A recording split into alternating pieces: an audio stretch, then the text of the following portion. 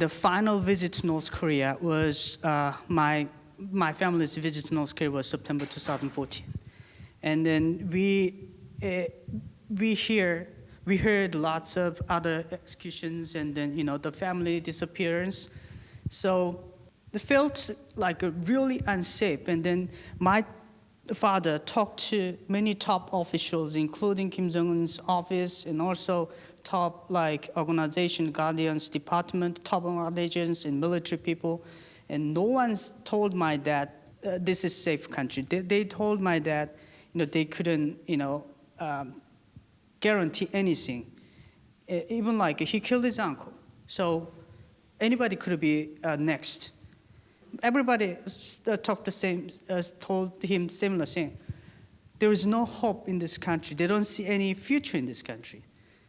So we comprehend this, overall conversation that, this country is really going down, and this is not, the country we can live longer. And because of the brutal executions, my father really angry about Kim Jong-un, and he doesn't want to serve. And then my dad's supposed to be a director for National Tourism Department, so he was recalled by the government but he refused the position, and then instead, in October 2014, he called my family, hey, do you want to go for a walk? So yeah, we all get in the car, and then we went to the park, and we want to discuss about our defection. So, but before that, we put all our electric devices in cell phones in my car. So, because our cell phones are taped. I'm not sure, taped by Chinese government or North Korean government, maybe both.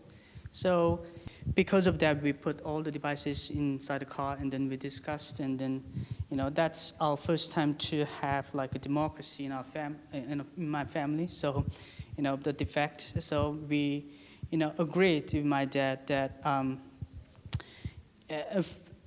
at the first, I think, I tried to figure out what's happening. So, is it really threat to us, or we could be in danger? So first I proposed that I can go back and then check, but my dad said no. Even though you check, and then there's no guarantee once we return.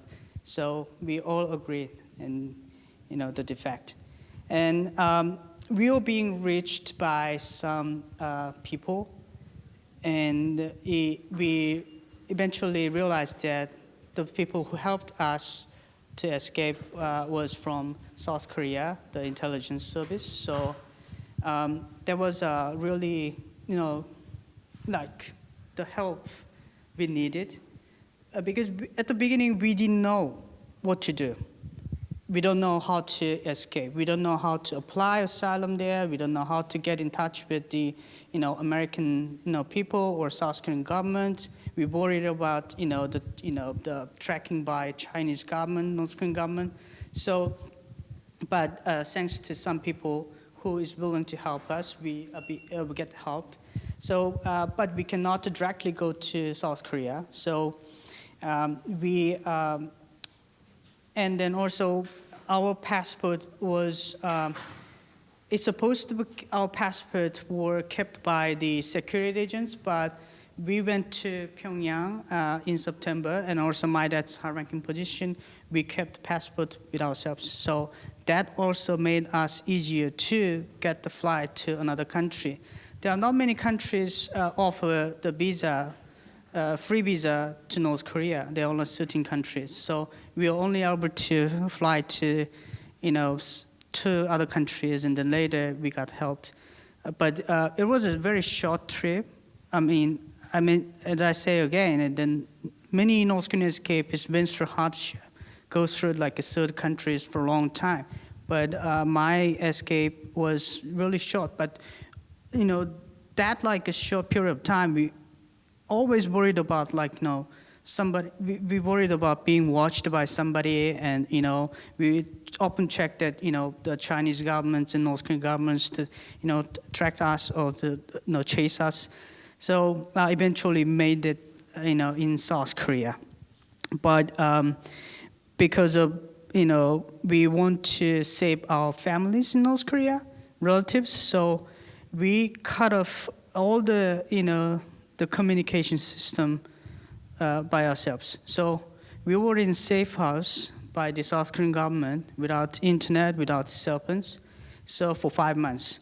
So we didn't do any communication, and then we hope that North Korean regime conclude our case as a missing case, so that our relatives and the people who are related to us, associated with us, not punished.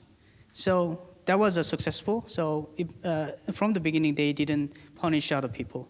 So only they later, like after 5 months, they, I don't know how they figure out, and then they knew we were in South Korea. So they made my family appearance on North Korean TV.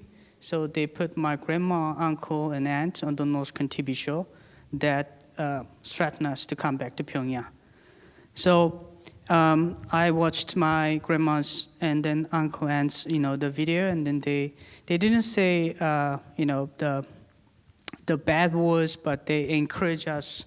Oh, yeah, so, your families are so well treated in North Korea, and then you are loyal to North Korea. And my dad actually got awarded a Hero of Labor Award in North Korea. It's top civilian honor. So, oh, you are, labor hero, why you escaped? So I want to see my grandchildren, so come back. But that's this type of, North Korean regime's, tactic and the threat to my family. So if we collaborate with the South Korean government, that means that they won't harm my family, relatives in North Korea.